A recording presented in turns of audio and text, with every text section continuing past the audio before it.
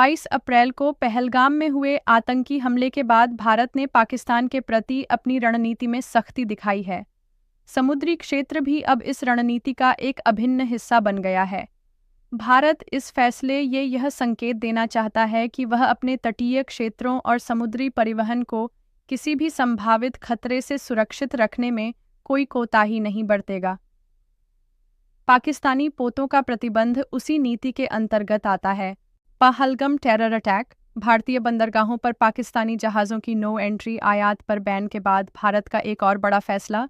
Merchant shipping अधिनियम 1968 की धारा 4 व 11 क्या है? यह अधिनियम भारत में वाणिज्यिक समुद्री गतिविधियों का नियमन करता है। धारा 411 के अंतर्गत भारत सरकार को यह अधिकार प्राप्त है कि वह राष्ट्रीय सुरक्षा, सार्वजनिक हित या रणनीतिक कारणों से किसी भी विदेशी पोत के प्रवेश पर प्रतिबंध लगा सकती है।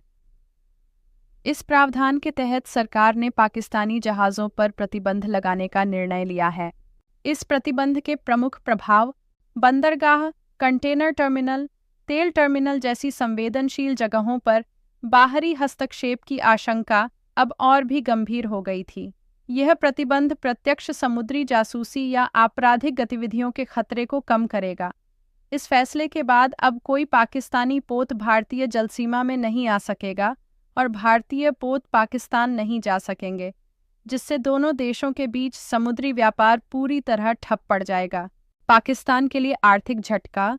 पाकिस्तान के कुछ समुद्री व्यापारिक मार्ग जो भारत की बंदरगाहों के जरिए संचालित होते थे, उन्हें अब वैकल्पिक मार्ग खोजने होंगे जो लंबे, महंगे और कम व्यावसायिक रूप से व्यवहार्य हो सकते हैं।